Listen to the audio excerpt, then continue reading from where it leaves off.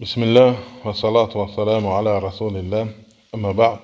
Deməli qardaşlar, insan həmişə imanını təzələməlidir. Həmişə özünə fikir verməlidir, niyyətinə və əməllərinə tez-tez bunlara fikir verməlidir ki, insan faydalansın.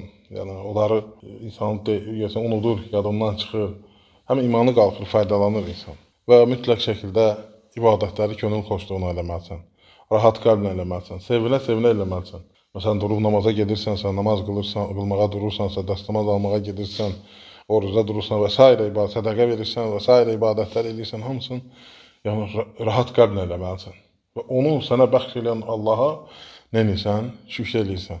Və ondan sənə buyurduğu əmri, çox insanlar var, onlar da məhrumdurlar o xeyirdən. Sonra biləcəkdirlər.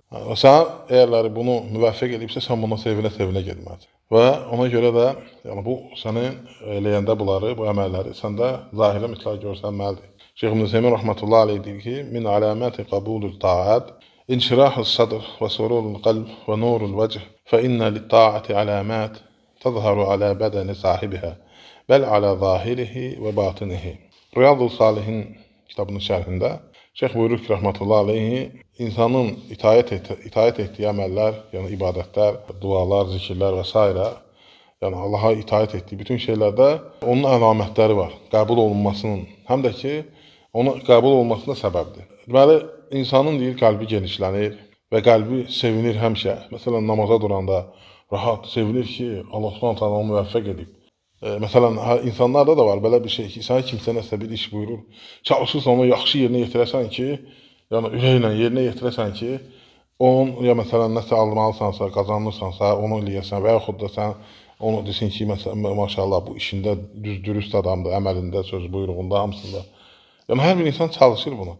Kim ki tənbəl eləyir, işi yarımçıq olur və yaxud da məsələn gözdən düşür. Xüsusən ibadətlərdə də insan nədir? Rəbbi onu çağırır və Rəbbi ona əmr eləyir və onun üçün eləyir və nədir? İnsanın qəlbi genişlənir və qəlbi sevinir və üzü nurlanır və həmçinin bütün itaətlərdə bütün bədənə təsir edir. Nəinki bədənin zahirinə, həm də batininə, həm içəridən insanda daima rahatlıq əmələ gəlir, səbir və insanda ləzzət əmələ gəlir, ibadətlərdən ləzzət alır. Və ona görə də əməl eləyəndə, ibadətlərdə, itaətlərdə həmişə gönül xoşluğuna eləməlisən ki, səndən qəbul olsun. Bu, gönül xoşluğundan olması, artıq əməllərin qəbul olması deməkdir, həm də ki, Allah Subhanahu taala səndən qəbul edir. Yəni ki, Allah Subhanahu taala sənə deməli bunu müvəffəq edir. Və ona görə də həmişə sələflər nə deyirlər, səndən Allah taala bir qapı açıbsa, ondan həmən istifadə ilə şeytan xəbər tutmamış. Yəni girməmiş araya. Və yaxud da ondan məhrum olmuyor, ola bilərsən. Ola bilər, məsələn, bu günləri sənin imkanın var, məsələn, xeyir işlər görmək. Və ondan Allah Subhanahu taala səni müvəffəq eləyib, elə. Çünki insan, həyat belədir ki, Allah Subhanahu taala həmişə eyni vaxtda, eyni şeydə qalmır insan. Və yaxud da məsələn, sağlamlığın var. Görürsən, oruç tuta bilirsən, güclə işləyirsən də, oruç da tuta bilirsən, istifadə elə. İnsan xəstələnir, zəifləyir və yaxud da ondan ağır işə düşür, məsələn, oruç tuta bilmir.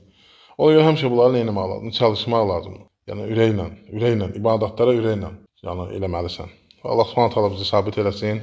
Allah taala bizə xeyir qapısı açsın. Allah ölkəmizə əmin-aman içərisində eləsin. Həqiqətən böyük nemətdir ki, biz bugün böyük bir nemət içərisində yaşayırıq, əmin-amanlıq içərisində yaşayırıq.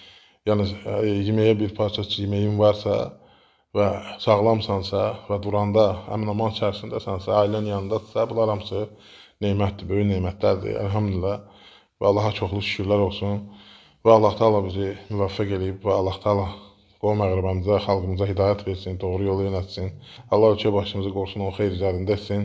Allah bütün müsəlmanlara kömək olsun. Subhanakallahumma və bihamdik nəşhədən la ilahə illə əntə nəstəğfiruka və nətubu ileyk.